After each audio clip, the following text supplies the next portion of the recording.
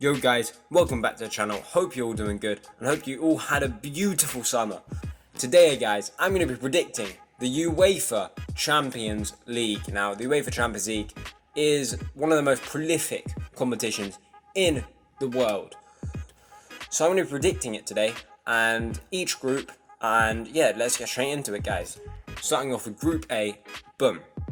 But before we get into the video, make sure you've pedigreed that subscribe button and make sure you're subscribed and the bell is on. So let's start off with Group A now. This group for me should be pretty simple.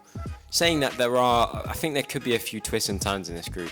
We have Club Brugge, Galatasaray, PSG and Real Madrid. Now, for me, I think PSG probably going to win this group. I think PSG, the problem with PSG is they're Champions League bottle drops. They really are. Like, they do great in the group stage. They always do good in the group stage. Like, they literally come first in the group, always spot on. They destroy teams in the group stage. But when it comes to round of 16, they just capitulate. They literally just capitulate. Like, last season, they got knocked out by United in the round of 16, and they just basically gave up. But no, Group A, I think it should be fairly simple, actually. I think PSG will win the group, like I say, even though they are bottle drops. Real Madrid are gonna come second, and they have to come second. They have to. Like, if they don't, for me, Zidane's gone. Like, they need to win the Champions League, or at least, do well in the Champions League this season. They need to at least come in the, for me, minimum quarterfinals. But they need to do well in the Champions League because they spent a lot of money. They've tried to get back to where they want to be. They're looking terrible at the moment. I mean, even in pre-season, they look terrible. So at the end of the day, I'm still looking at their pre-season and thinking, you are absolute bottle jobs. Like 7-3 to Atletico Madrid. Atleti are a good team. So they do struggle. They're struggling right now, Real Madrid. But I think they'll come second. I think Galatasaray come third and Club Brugge at fourth. Now, as a Spurs fan, I've never ever experienced something like we experienced last season with the team and how we did in the Champions League. We were absolutely, it was terrific. It really was, that run. Losing in the final was hard. It was. I'm not going to lie about that. It hurt me, the fact we lost. But at the end of the day, we need to bring that pain from last season, losing the final, and take it into this season's campaign and do what Liverpool did. Liverpool 2 years ago lost the Champions League and then they came back stronger and won it the next year. So at the end of the day, we need to do the same, and I hope we can do the same. Though I don't see that happening again. I think that was incredibly lucky what happened, and I do think it was a one-off. Unfortunately, no one's going to remember that we came second in the Champions League. Because at the end of the day, you want to come first. So it's quite unfortunate. But our group is Bayern, Red Star Belgrade, Olympiacos, and obviously Tottenham. Group B for me is pretty straightforward with this group. But what I'm not going to do is overlook Red Star, because I think Red Star, the atmosphere they have in that stadium, it's a tough fixture. I think we're going to lose when we go away to Red Star. I see Red Star Belgrade absolutely obliterating us when they're at home. Though I do see us beating Olympiacos in both games, and possibly a Bayern win as well against Bayern. I think we'll be fine in this group. I'm going to say Spurs to come second in the group. I think Bayern are going to win the group. They always do enough. They've got Pavard now as well, and I think Pavard is a very underrated player. He's a very good player. Tottenham, will come second, like I say. Red Star will come third, but though I do see them pulling off a shock. And Olympiacos in fourth. Now I wonder what will happen here. I mean, at the end of the day, this is a very tough group to predict, isn't it? Very tough. If you can't tell, guys, I'm being sarcastic. This is probably one of the easiest groups for me to predict. In terms of the winners, it's actually going to be hard to think about who's going to come second. But I think there is a clear winner. I mean, they are the best team in Europe, with the best front three in Europe. Obviously, Liverpool, like I said, I did say Liverpool are the best team in Europe, but I'm saying City and Liverpool are the best teams in Europe. I didn't just say Liverpool are the best team in Europe. I kind of did, but I think we have to add City as the best team in Europe too. It's like a race between Liverpool and City for me. It's all between them. But City are going to win this group quite easily for me. I think this could be like a could be like a artichoke whipping. It really could be. It really could be. Like, I'm worried for all these teams.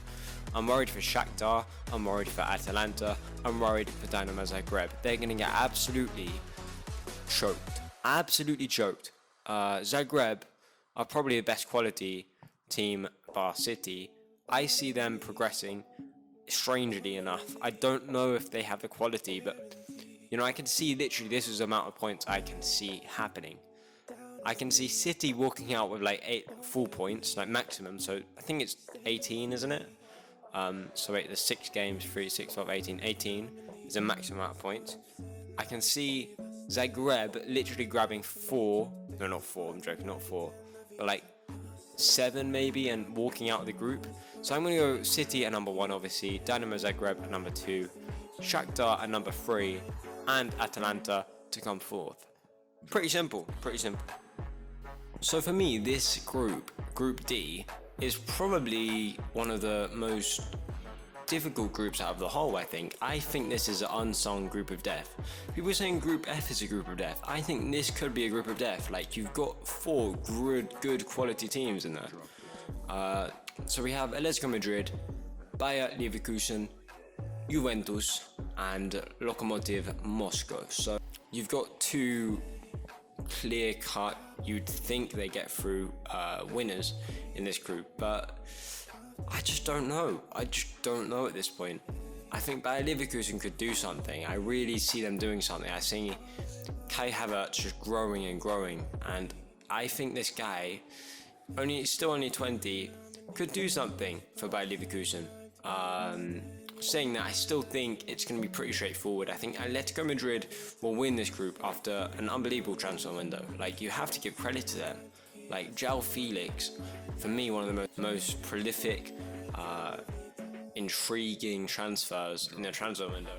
And, you know, they've really done a good job. True is 126 million, but if you want to get a good quality player like that, it costs a lot in this one-day transfer market. I'm not saying I agree with how much it costs, but it's a bit ridiculous, 126 million for a 19-year-old, but you know, he's a good player, so I think it's interesting. Bayer Leverkusen, Kai Havertz, like I say, is a very good player, and Juventus, you know, added De Ligt into the team, and I think De Ligt is a very good centre back, but at the same time as saying that, he's not playing. I do not understand why he's not playing. I think Sarri is just... Like, I'm saying this right now. Last season, Sarri was so lucky to get 3rd place with Chelsea and win the Europa League. So lucky. He was absolutely shocking with Chelsea. Like, the fact they came 3rd makes it look like they had a great season, but they really haven't. And they didn't. That's just covering up for the fact that they... lost 6-0 at the Etihad, let's not forget about that. They lost 4-0 to Bournemouth, let's not forget about that as well. They lost to Spurs, let's not forget about that as well. They were shocking last season, like seriously, and Sarri's getting loads of praise in how he changed Chelsea. He didn't change Chelsea, he literally was so lucky. The only reason he got 3rd place was because Tottenham, Man United, Arsenal all dropped points. We all became fried eggs. We didn't know what we were doing. Our whole philosophy was scrambled, and his philosophy scrambled. It's absolute joke. Like, this guy, I'm sorry, I just do not like Sarri. I think his philosophy is whack. I think his philosophy is really bad. I don't think he actually gives much to the players. I don't think he actually makes them progress. It took like 8 months or last season for him to start playing Hudson-Odoi when he should have been playing from the get-go. Loftus-Cheek too, should have been playing from the get-go. Why the hell is this guy Juventus manager? I'll stop ranting about him now. Juventus have Ronaldo, just simple as that. Nothing else to say. Nothing else to say. Juventus are going to win this group, I'm saying actually. I'm going to put Juventus at number 1, putting Atletico Madrid at number 2, Bayer Leverkusen, cheeky 3rd. They'll get, you know, at the end of the day, it's not terrible. They'll get Europa League. Lokomotiv Moscow, in my opinion, one of the most underrated teams in Europe. This team, you go away to Lokomotiv Moscow, could be difficult, could be a difficult fixture. Just saying. So Group D is a tough one in my opinion. I think it's a very tough group, but I do see clear winners. For me, Group E isn't necessarily an easy group to predict, but I think it's quite straightforward, this group. We have Genk, Liverpool, Napoli and Red Bull Salzburg. Now, for me, Liverpool, in their perspective, it's a very good group to draw at the end of the day. Like, this is a very good group for them. It's not too difficult. You've got at the end of the day, you've got 3 teams in there. One that's a major threat, and the other 2 I don't think will do much in this group. And I've said this time and time again, and it hurts me to say it, but for me, Liverpool, you have to give them credit. They are the best team in Europe on their day, and for me, they are the best team in Europe. Simple as that. Not even when they're not on. It's not their day. You know, they still just do enough, and for me, the tempo they play at, their energy they play with, it's ridiculous. Like, it hurts me to say this because my friend's a really passionate Liverpool fan. He's a mad Liverpool fan. So it hurts me to say this, so I'm actually giving him credit technically by saying Liverpool is so great. Yeah. But no, I think you look at Van Dijk, you're not getting past that. He's like 2 bricks. You ain't getting past that guy. It's like a brick wall. But with Liverpool, I think we need to talk about this one man. All I'm going to say is a name, Roberto Firmino. Now, I feel like Salah gets credit. Mane gets loads of credit. You know, even Wijnaldum gets quite a lot of praise and stuff, which he deserves. I'm not saying they don't deserve the credit. But there's one man that I don't feel gets enough credit, and I think he's really underrated. I think he really does more for the team than any other player in the Liverpool shirt, and I think this guy deserves his credit. Roberto Firmino. This guy is a core of Liverpool. What the team does, the way they perform, is centered around how he performs. And what he does, he defends, he goes up the pitch, he scores goals, he passes the ball to players like Mane, Salah. He's an absolute gem of a player. He doesn't get enough credit. He doesn't. What he does for the team is truly unbelievable. This guy's an absolute brick wall as well. He's very strong and always gains possession. With Liverpool, their whole kind of philosophy is regaining possession and just moving up the pitch, like, as a team. It's like, you know, with lots of pace, lots of energy, and yeah, like long balls from the keepers or from Van Dijk. And yeah, that's pretty much what their philosophy, you know, just keep regaining possession. And they play, when they're with the ball, they are absolutely outstanding, but also when they're off the ball, they just continue. And yeah, I think Liverpool by far the best team in Europe, although it hurts me to say it. Now, I think Liverpool win this group, obviously. Napoli to come second. I see Napoli progressing in the Champions League this season. I think they could do okay. Genk, third, and Red Bull Salzburg. It's either going to be, I think Salzburg could get Europa spot, but I'll put them in 4th for now, and yeah, that's the group. That's what I predict, guys. So swiftly moving on to Group F. Now, this group has actually been called the Group of Death in this year's Champions League. Now, for me, this is definitely going to be a tough group for all these teams, really, because you've got 3, in my opinion, I'd say, really, really strong teams, and then you've got one team that's not so strong but still could pull off a result. So we have Barcelona, Borussia Dortmund, Inter Milan, and Slavia Prague. Now, we'll look at Inter Milan because I'm quite interested to see where they're at as a club. They've obviously had a good transfer window, in my opinion. They've signed Alexis Sanchez, so he's dead food, he's terrible. But they have signed a very good striker in Romelu Lukaku. So at the same time as saying that, Inter Milan have a good team. They do, and they already have players like Icardi. So, I think Inter Milan are a very good team. Borussia Dortmund, this goes without saying, Borussia Dortmund have quality all over the pitch. You've got Jadon Sancho, you've got Marco Reus. I think it's Marco Reus who plays for them, yeah. And they really do have a good team, Borussia Dortmund.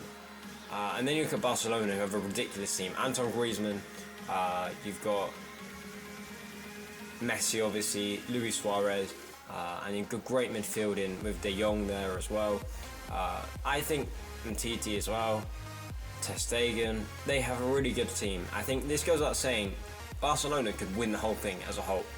They could win the Champions League, but they always tend to struggle in the Champions League. So I don't see them winning it, but I see them doing very well in it. I think they're going to comfortably win this group, and I also think Dortmund will get progress here. I think Slavia Prague have been very unlucky. I mean, in any other group, they might actually stand a chance, but because it's this group, I think they're going to end up 4th, and I think Inter Milan will get 3rd. So yeah, that's what I'm going to go for this group. So moving on to Group G now, I think this group's going to be another straightforward group. we have Benfica, Lyon, RB Leipzig, and Zenit. Now, I do not know Zenit, so I'm just going to rule them out the equation. I just don't know who they are, if I'm honest with you. And I think Benfica will progress in this group quite comfortably. They've got a very good team, so I'm going to put them to finish first. I think second is going to be Lyon, regardless of the terrible transfer window that they had. For me, that transfer window for them, losing two very good midfielders, I'd say soon to be world-class midfielders, in Nabil Fekir and Tanguy Ndombele. Tanguy Ndombele they got 62 million for, which is pretty good, but it's still a massive loss for them. And Nabil Fekir they got 20 million for, which you think about how last season he was, you know, he turned down a move to Liverpool, which was a 75 million or something, very high amount of money move. And you know, 20 million is nothing. Like, you might as well just, in the modern day transfer window, you might as well pay with an apple, because that is absolutely nothing. So I think that's a massive loss. You got honestly, Betis, he went to Betis for 20 million, by the way, so it's Betis who got him. That is the biggest bargain of all time, in my opinion. Nabil Fekir, I know he's no Ronaldo, he's no you know, there's no doubt that he's not he's a midfielder, but he's not a world-class one. Okay, it's fair. But he's a really, really good midfielder. He's reliable, he's consistent. He can see a pass, he can set up goals, he can pass the balls forward. Takes the ball forward beautifully. Maybe not as good as his former partner, Ndombele, but it's just crazy that he's gone for 20 million to Real Betis. It's ridiculous. So Lyon, for me, have missed out on two players, and I think Lyon are going to struggle in the group. I can see Leipzig swooping in and maybe getting that, but I'm going to go with Lyon in second, because I still think they have a good quality team. Memphis Depay will still score you goals. He's a very good striker. And then Leipzig probably in third and Zenit in fourth. Could be absolutely. Moving on to Group H, we have Ajax, Chelsea, Lille and Valencia. Now, this could be another group of death. I wouldn't say it's not in the same way that Group F is, but I'd say this group is another tough group. And I think it will be a tough one for especially Chelsea. I see it being really tough for Chelsea, because they haven't, in terms of getting results, they haven't looked great, but they haven't actually looked terrible, to be fair. They've definitely been, you know, doing enough to, you know, not lose. They've got a few draws, I think, in their Premier League so far, but at the end of the day, they're a good team, Chelsea. They're playing lots of young players. Mason Mount is looking like an absolute gem. Ajax, I think, you look at how last season they really shocked everyone. They were absolutely unbelievable. And they still have, people don't realise, but they have, you know, they kept quite a few players from last season who played a massive part in it. The likes of Van der Beek, Neres, you know, Hakim Ziyech as well. I think Ziyech's a world-class midfielder. Maybe not world-class yet, but I would say he's definitely a great midfielder. And I can see him scoring quite a few goals. Ziyech, people don't realise how good this guy is. Like, I still, to this day, think Tottenham should have signed him ages ago, because he's a really good quality player. And yeah, I think Ajax have a good enough team to, you know, do good this season. I don't see them replicating what they did last season by any means, but I think they could get out of the group at least. Lille have lost Pepe, which for me is a major part in why they're not going to progress, because Pepe last season for Lille, I didn't really watch Lille. I only know one player from Lille, and he's gone now, so he's not even a Lille player anymore. So I don't actually know any players from Lille. In fact, I don't know Lille at all, because I just don't watch them. But I do not see him progressing. I think people don't realise how important Pepe was for Lille. Scored over 20 goals in Ligue 1 and was by far, you know, unbelievable for them. So I think Pepe is a massive loss for them, so I don't see them progressing in this group. Valencia, they're a good team. People don't realize they've been doing very well in the last few seasons. They've kept being consistent, getting to the Champions League, finishing fourth or third. So they've been doing okay. They have been doing quite good. I think Valencia, maybe a dark horse in this group, in my opinion, but at the same time, this is a very tough group to predict. I'm going to go with Chelsea to win this group. Or should I go with that? I might change my mind on that one, actually, because I just don't think Chelsea are consistent enough. You know what, I'm going to go Ajax to win this group. And that's only because of last season and the players they have as well. I'm going to go with, you know, luck of the draw now, because Chelsea and Valencia for me are on the same level. I think with the transfer embargo and Valencia looking really good, and with the players I have, Valencia could do it, you know, but I'm going to play it safe and go with Chelsea to progress in this group, and I'm going to go Valencia in third and Lille in fourth. Thank you guys for watching this video. I hope you guys have a wonderful day. Make sure you hit that like button too. Let's aim for 500 likes on this video. If it gets 500 likes, I will be posting another prediction video for the UEFA Champions League. But this time that prediction will be on FIFA. So predicting every group on FIFA, commentating over it and stuff like that. So if you like the sound of that, guys, make sure you hit that like button. And also just some suggestion for videos in the comments, because I need to talk about stuff. You know, there's definitely a football channel and a wrestling channel. So just make sure you give some suggestions. I'm very happy to hear them. So yeah, like, comment, subscribe, and hope you have a wonderful day. Through the wastelands, through the highways, till my shadow turns to sun rays.